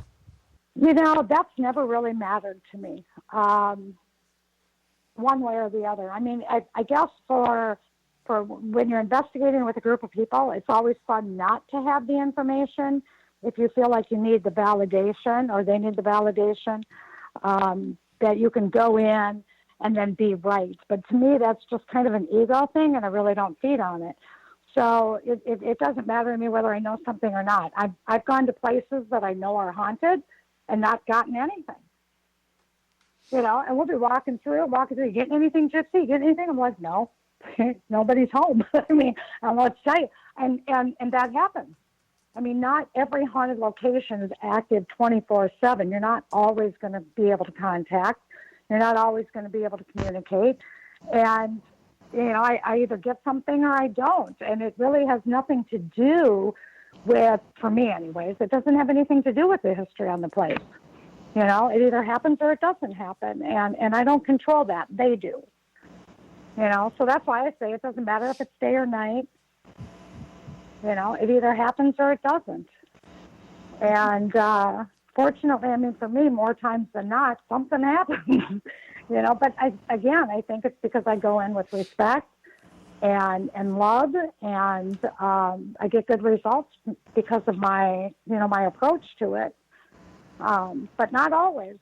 I mean, the Abbey out in Colorado is a very haunted location. That's another day or night place. And I've walked through there and not felt a thing. Doesn't mean that it's not haunted. It just means there's no activity at this time, Right. You can go to a place one time, not get anything. You go again, and you might get stuff. They're there and they talk on their time, not just because you're. That's right. They're trying to get something. Right. Yeah. They don't always do command performances. Right. Right. Have you ever gone to a place where you just walked to the front door and said, no, I'm not going in there? Yes, absolutely. And that is, that doesn't happen very often. But it's again, when my guides are only going to tell me there's negativity if it's a problem. They're not going to tell me if, like Waverly Hills, for example, we know there's negativity there. We know it exists. My guides didn't tell me that I shouldn't go in because the negativity that was there didn't pose a threat. If it doesn't pose a threat to me, then I don't have to worry about it and I can go ahead and proceed. But occasionally they're like, there's a threat. You shouldn't be there. Don't do it. Like the cemetery that I went to, there was a threat there. And I had no business not listening, and I ended up in trouble because of it. So those experiences that I've had along the way and working closely with my guides has really taught me a lot about listening to them. Because when I don't, I end up in trouble, and I'm not looking for trouble. So, yeah, if I come across a place that, they say no, it's no. And I've traveled 5, 6, 7 hours by car to get a no, and had to accept that no, for my own safety. I'm like, I'm sorry, but they won't let me go in. I can sit outside, but it's not very often. Not very often. Are these residential areas or are they public areas? Both. Both. Oh. Both. Mhm. Yep. Absolutely both. It's hard to imagine that any residential area would be that negative, but I guess there are several. There are. They're out there, yeah. Do you think the negativity is human-based or living-based, or is it mostly... No. Okay. Not that I've encountered. I don't mind talking to a grumpy old man who's mad because he's got these people living in his house. I mean, I can deal with that all day long. I kind of like grumpy old men, to be honest with you. I worked in a nursing home. I mean, they were all grumpy old men. I loved them, you know. I mean, I'm not going to lie. They loved me, you know. We got along just fine. But, no, the human ones I don't have any, I've never had any issues with. It's the non-human entities, and they're out there. And I lived actually at the base of an Indian burial mound for about 8 years. And I had a lot of experiences in that place that gave me a very healthy respect for demonic activity. And it's not something I wish to encounter. It's not something that I necessarily fear. It's just not something I wish to encounter at this point in time in my life. And I'll put it out there like that, because there may come a day where I'm willing to go up against them. But right now is not that time. But the Native Americans used to actually use these entities to protect their sacred lands, to protect their burial mounds. Mm-hmm. So, you know, it's kind of a yin and yang thing. And they most definitely exist. They have their place. And, I mean, like I said,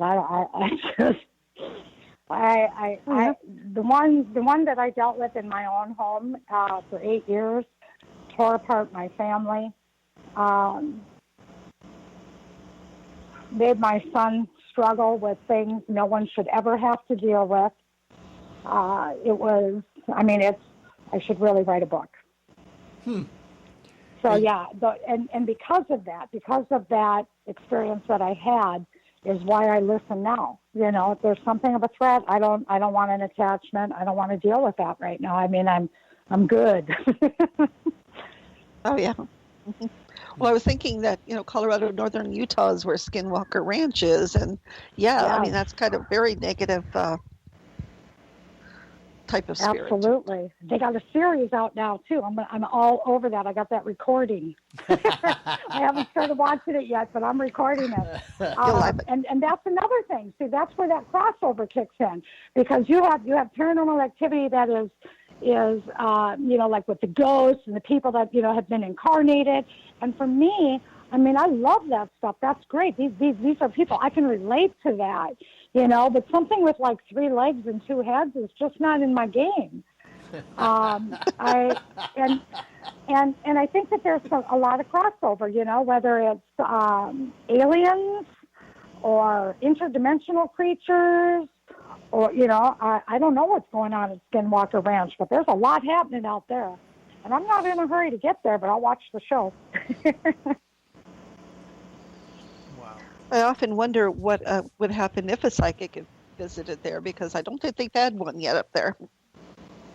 Really? Yeah. Oh. Yeah, I don't know. Or why it's only limited to that ranch. Well, you know, I mean, I think, like I said, personally, I think that there's more going on there than meets the eye. I think it's more than just ghosts. It very well could be interdimensional. It could be alien. There's obviously a lot of Native American things happening. I mean, I think it's like paranormal soup. You know, I don't think it's just one thing going on. I think it's a plethora of things going on. And somebody should probably check. I mean, are there like ley lines going through that property? No idea. Yeah, you know, because I mean, you know, you look at like, you know, these energy spots on the planet, and sometimes they're just attracted to where those ley lines intersect. You know, so I mean, it could be that. I know in this area in particular, you know, like my house has underground rivers going underneath my house. I didn't know that when I bought the house, but I found out. There's springs going down the hillside here, and my neighbors, when they built that house, they had to put in, what do they call it, the rocks and stuff all the way around. Right. To drain the water. And, they say they're attracted to the water, too, the rivers and stuff, because it's like a conduit. So, there's a lot of things in nature that can provoke these experiences as well. So who knows what's going on that ranch? Should we go, Barb? Should we go down there and check it out? Yeah, definitely. You want to? You want to go? We- Yeah. Really? I don't think they'll let us off. Probably have a better chance getting on that than we would Area 51. Very true. Yeah. Hey, two little old ladies like us, we just got lost. We're sorry. Oh. All right. Well, we're down to like 4 minutes. Jeff, did you have any question or anything? I did want to point out one thing just before we went on the air. Barbara, you said that Pluto's in retrograde. What would that imply for us to know? That the energy for as far as things getting more intense are going to start to squeeze a little bit more. So anytime you have, yeah, that's my neighbors next door. Okay, just making sure. So when you have Pluto going forward, it's kind of moseying through Capricorn, so Earth signs are going to be in a little bit better shape. But then it's starting to go stationary, and now it's going to go retrograde, which means it's going to start again. People are going to start feeling a little bit more squeezed, a little bit more confined. We're not feeling that way at all right now. No. So there you go. So the pressure is going to be a little bit more. Isn't that lovely? Great. Mm-hmm. Yeah. How long is that going to last? Till October. Maybe It'll be a while. Maybe something else will come by though, and kind of like. Oh no, this is gonna It won't rear its little ugly head until next year sometime. Wow. Hopefully we'll start opening stuff back up in June at least, because I'm hearing May is going to be gone. All right, we got 2 minutes. Gypsy, I want you to go ahead and give out all your information where people can contact you, follow you, and all the good stuff. Well, I actually say, just look me up on Facebook. You can find all kinds of links to my website at gypsymoonmagic.com there. But Facebook's a great place to get a hold of me, to follow me. And you can certainly message me. My inbox gets a little overwhelmed, but I try to get into it and get around to it all. So if you have any paranormal questions or thoughts or concerns that you'd like to discuss, Facebook's definitely a great place to do that. All right. Let's see. Okay, we're down to just a couple of minutes. Next week, I'm working on like a special guest show. It may or may not happen, so we'll just have to wait and see who we have next week. So, Gypsy, I want you to stay on till we're off, and we'll talk with you for a minute after that. Sure. And so, Barbara, you guys, Jeff, got anything before we start the countdown here? Keep washing your hands. Yep. Happy Beltane in a week. Yeah. And everybody take care of yourselves. Mind what you're doing. Wash your hands. Keep social distancing. It's working. It's working, huh? All right. With that, we're going to run now. So this is Henry Foister. Jeffrey Gould. And Barbara Duncan. And we will see you next week at the same time. So good night, everybody. Good night. You've been listening to the Paranormal View on the ParaX Radio Network. Join us again next week at the same time for more of the Paranormal View.